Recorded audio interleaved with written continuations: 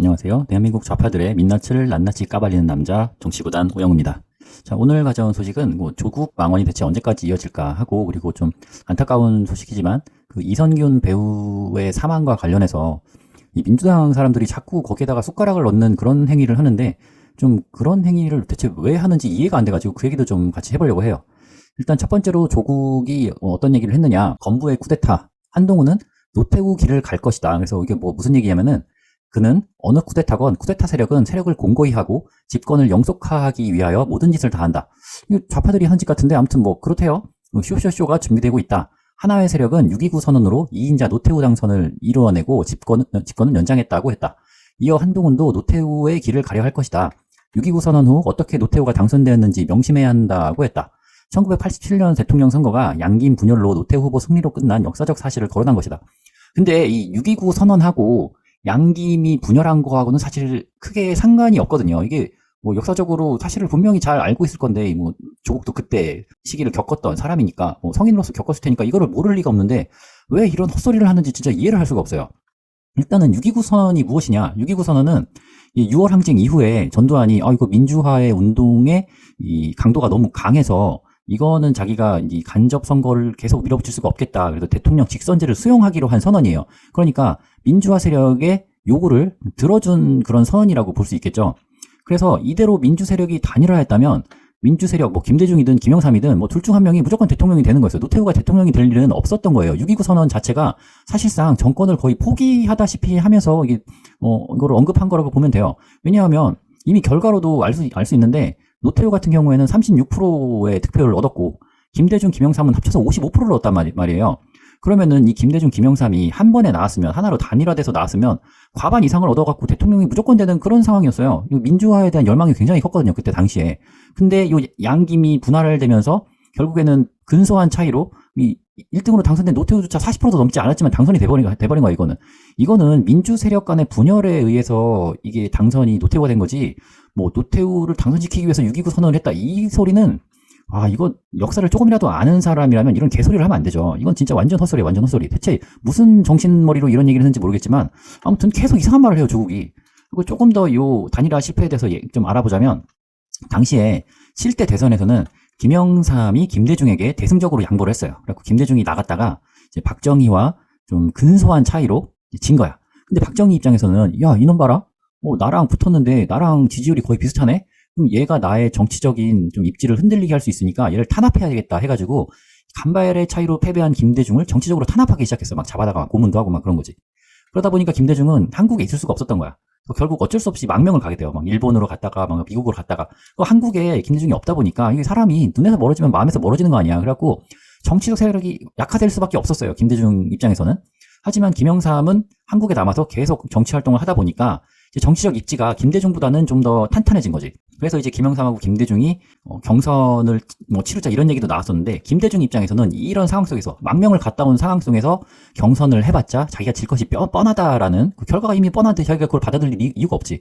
그래가지고 나왔던 게 사자 필승론이야. 사자 필승론이 뭐냐면, 노태우랑 김영삼이랑 김대중 그리고 김종필까지 4명이 다 나오면 그 중에서는 김대중이 1등 할 것이다. 4명이 다 나와서 표를 다 나눠가지면 김대중이 대통령으로 당선될 수 있다라는 이론을 갖고 단일화를 거부하고 다 나와가지고 한번 선거를 해봤더니 그게 좆된 거죠. 이게 민주화를 열망해서 직선제를 얻어내고 선거를 했더니만 갑자기 민주 세력이 분열되면서 원래 군부 세력이었던 노태우가 당선이 되는 그런 어처구니없는 일이 발생을 한 거예요. 이게 요 시기에 실제의 역사적인 사실이고, 6.29 선언으로 노태우 당선을 이뤄냈다는 거는, 이거는 개소리입니다, 개소리. 진짜 조국 선생님 좀 다 아시는 내용일 텐데 자꾸 역사를 왜곡하지 마세요. 알겠죠? 그리고 제가 이번에 좀 많이 좀 화가 났던 포인트가 뭐냐면, 이거는 누구나 다 비슷한 생각을 할 것 같아요. 이선균 배우를 조국이 언급했어요. 조국이 고 이선균은 남일이 아니다. 고인마저 정치적으로 이용 말라라고, 저처럼 좀 이런 생각을 하는 사람들이 많이 있을 것 같은데, 조국이 뭐라고 했냐면은, 검찰개혁의 일환으로 이 규정을 만들었을 때 언론이 얼마나 날 비난했는지, 그리고 한동훈 장관이 이 규정을 무력화시켰을 때 얼마나 찬양했는지 기억한다. 그러니까 이 공보준칙 관련된 건데, 이제 피사실을 이제 확정되기 전까지는 알리지 말라. 왜냐하면은 아직 유죄가 확정된 것도 아닌데 사회적으로 지탄을 받을 수 있는 그런 상황을 만들지 말라라는 거죠. 이거는 좀 일견 맞는 말이긴 해요. 이게 자극적인 수사 정보를 계속 흘린 자들, 이걸 받았으면서 기자들에게 저주 있으라. 그러니까 뭔가 수사 과정에서 뭔가 흘렸던 그런 사실들을 갖고 사람들이 이제 확실치 않은 내용들이 계속 나오니까 확대 재생산하는 거 아니야. 막 좀 뇌피셜도 들어가고. 근데 문제는 지금 이선균 배우 같은 경우에는 이 검찰 수사를 받은 게 아니거든요. 경찰 수사를 받았어. 경찰 수사를. 그리고 또 조국이 또 어떻게 얘기를 했냐면은 검찰과 경찰은 평시 기준 가장 강력한 합법적 폭력을 보유하고 행사한다. 그러니까 여태까지 조국이 뭐 검사공화국이다, 뭐 검찰이 문제가 많다라고 하다가 이제 조국도 이제 느낀 거지. 아, 이성균은 경찰한테 조사를 받다가 이렇게 된 건데 갑자기 검찰에다가 경찰을 얹어가지고 글을 쓴 거야. 이제 검경을 하나로 묶어가지고 자기의 상황과 이제 동일시해가지고 글을 쓰는 거예요. 아니, 경찰 수사하는데 갑자기 검찰이 왜 나와? 지금 이선균 배우의 이 사건에는 검찰은 아무런 관여된 게 없어요. 지금 경찰 조사 단계에서 이렇게 된 거지. 근데 조국은 자기가 검찰한테 당했다는 것만으로 이선균과 자기를 동일시하면서 헛소리를 하는 거예요. 경찰이 경찰 조사 과정에서 나온 사건을 갖다가 갑자기 검찰까지 얹어가지고 이런 얘기를 하는 거죠. 거기다가 문재인도 똑같은 얘기를 하고 있어. 응? 뭐 친숙한 배우였는데 뭐 수사기관의 수사 행태와 언론의 보도 행태가 뭐 잘못됐다. 잊혀지고 싶은 책방 할아버지는 좀 그냥 조용히 잊혀지시면 될 것 같은데 뭐 이렇게 자꾸 사회적 이슈에다가 뭐 쓸데없는 얘기를 사족을 붙여 그냥 뭐 고인을 애도합니다 뭐 그렇게 쓰면 될 것 같은데 뭐 수사기관 어쩌고 저쩌고 아니 맨날 니네가 싫어하는 검찰이 아니라 경찰이라고 검찰이 아니라 대체 왜 이런지 모르겠어. 이재명도 뭐 썼다가 뭐 삭제를 바로 했다고는 하는데 그냥 이재명 씨는 가만히 계시는 게 좋지 않을까. 어차피 조금 있으면 자기도 이제 수사 대상으로서 이제 뭐 지금 이미 재판을 많이 받고 계시지만 곧 뭐 판결을 받으실 거니까 좀 조용히 가만히 있으면 어떨까 싶어요. 근데 제가 이제 경찰하고 검찰에 대해서 자꾸 얘기를 하는 이유가 뭐냐면은 우리 또 검수완박 있었잖아요. 검수완박. 검수완박이 뭐였냐? 검찰 수사권 완전 박탈의 이 줄임말이에요. 검수완박. 이 참 좌파들은 줄임말이나 이런 구호 같은 거를 굉장히 잘 만들어. 검수완박 한번 딱 들으면은 머릿속에 좀 오래 남아가지고 잊혀지지가 않아. 아무튼 이 검찰의 수사권을 좀 축소하자는 움직임이 바로 검수완박이에요. 수사권을 뭐 완전 박탈하는데 완전 박탈은 사실상 불가능하고 검찰이 갖고 있는 수사권 대부분을 경찰 쪽으로 이양하자라는 그런 움직임이에요. 이것도 마찬가지로 검수완박은 민주당에서 추진했던 그런 법안이죠. 맨날 뭐 검찰 어쩌고저쩌고 뭐 검찰 공화국 막 이딴 얘기하면서 검찰이 너무 많은 권한을 가지고 있으니까 검찰의 이제 힘을 좀 무력화해야 된다, 약하게 해야 된다 해가지고 나온 게 검수완박이에요.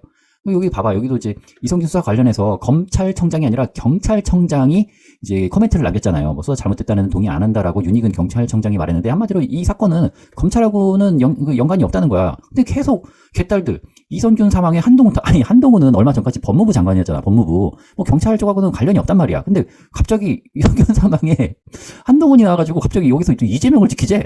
아니 이재명은 저희 검찰 수사 받고 있는 중이라서 이거랑 이성균하고는 상관이 없거든요. 개딸분들 좀 다른 케이스예요. 이거 좀 다른 겁니다. 이거 자꾸 이런 식으로 안 맞는 거를 맞는 것처럼 이렇게 연관지어가지고 호도하면은 오히려 사람들한테 불신받아가지고 오히려 더 지지를 못 받을 수 있으니까 좀 제대로 좀 알고선 까도록 합시다.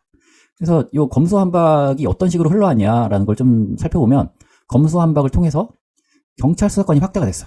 근데 이제 정권이 바뀌고 나서 이 검수완박은 이미 이제 국회에서 처리가 된 상황이다 보니까 경찰에 대한 통제를 할 필요가 있었어. 왜냐면 경찰 수사권이 너무 확대됐으니까 좀 통제를 해야 되겠다 해가지고 경찰국을 신설하려고 했어.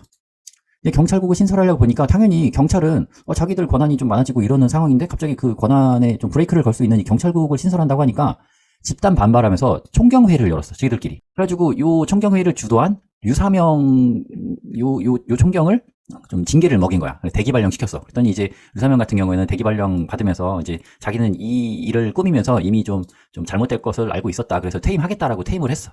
퇴임했더니 민주당이 그대로 이제 인재 영입이라고 인재 영입을 해갔어. 왜냐면은 민주당 입장에서는 윤석열 정부와 어떻게 보면 척을 진 요 유사명이라는 사람을 상징적으로 데려오게 된 거죠. 근데 류 전 서장은 이후 대기 발령 조치를 받고 지난 8월에는 전국 경찰서장 회의를 소집한 순간부터 개인의 징계는 각오했지만 동료들이 연이어 강등성 보복 인사를 당하는 것은 견디기 어렵다며 경찰을 떠났다.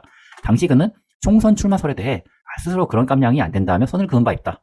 그러니까는 맨 처음에는 요 일을 하면서 나는 뭐 정치할 깜냥도 안 되고 그냥 좀 정부의 방침이 뭐 자기의 뭐 가치관과 맞지 않아서 이런 반발을 하고 이런 회의를 열었던 것이고, 그리고 좀 뭐 조직에 대한 그런 뭐 피로감을 느껴서 나가겠다. 그리고 또 정치는 하지 않겠다. 나는 뭐 그럴 사람이 아니다라고 했는데 결국에는 민주당으로 들어갔죠. 뭐 물론 민주당에서 뭐 이런저런 얘기를 했겠죠. 뭐 오시면은 뭐 좋은 자리로 공천을 드리던가 아니면 뭐 비례대표를 드리던가 뭐 인재 영입으로 들어갔으니까는 어떻게든 당선이 될 수 있도록 하겠지만 좀 그렇습니다. 경찰국 신설이라는 게 결국에는 검수완박으로부터 흘러들어온 이런 법안인데 이걸 정부 방침에 좀 반하는 공무원을 민주당 인재라고 영입하는 게 맞는가라는 생각이 좀 들어요. 이게 과연 인재가 맞나? 물론 좀 잘못된 상황이라면, 잘못된 정부의 방침이라면 반발 분명 할 수 있지. 뭐 조직이라는 게 무조건 100% 옳은 일은 아니니까.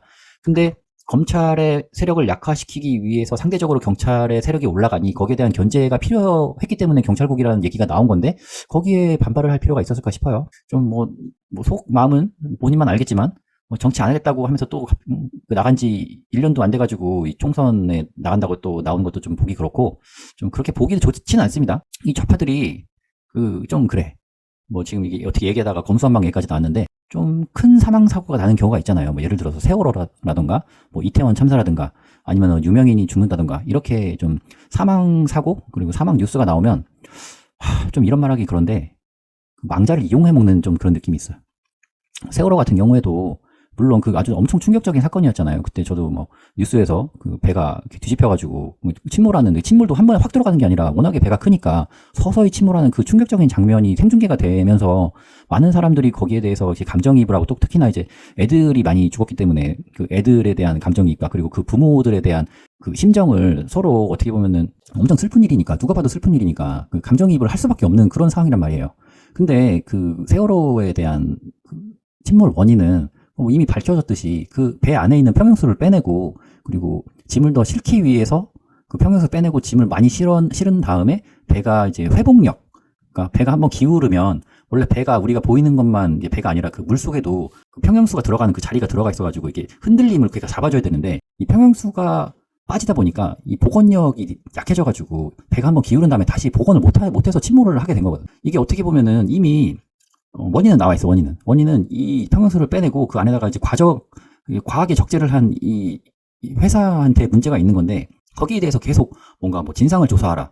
그 진상은 이미 조사가 됐는데 자꾸 민주당 쪽 인사들이 거기에 붙어가지고 세월호 운동하고 배지 달고 다니고 계속 너무 옆에서 그걸 부추기는 면이 없잖아 있는 것 같아요. 그 이태원 참사도 마찬가지로 물론 사람들이 많이 그것도 엄청 충격적인 장면이었잖아. 백 명이 넘는 사람들이 그 길바닥에서 그 서울 한복판에서 서로 엉켜가지고 눌려서 압사당한다는 게 사실 우리가 흔하게 발생하는 흔한 게 뭐야? 거의 발생할 일이 없는 일인데 그게 또 특히나 젊은 친구들이 많이 가는 이태원이었기 때문에 좀 또 사람들이 많은 감정이입을 하게 된 것 같은데 근데 또 이 할로윈 축제라는 게 우리나라의 정식 명절이 아니기 때문에 이태원 할로윈 축제도 마찬가지로 그쪽 상인들이 할로윈을 맞이해가지고 이렇게 판촉을 하려고 해서 이렇게 생긴 그런 축제 같은 축제 아닌 축제인데 이게 정부에서 주도해서 만들어진 축제가 아니다 보니까 뭔가 주체도 없고 그리고 안전을 보장하기 위한 배치도 제대로 안 돼 있던 그거 정부의 책임이 맞지. 그건 정부의 책임이야. 거기에 대해서는 정부가 책임을 져야 하죠. 아무리 공식적인 행사가 아니라고 하더라도 그렇게 사람들이 많이 모이면 좀 사람들 통제할 그런 인원이 있었어야 되는데 물론 이제 통제할 인원이 있었다 한들 거기가 통제가 됐을까라는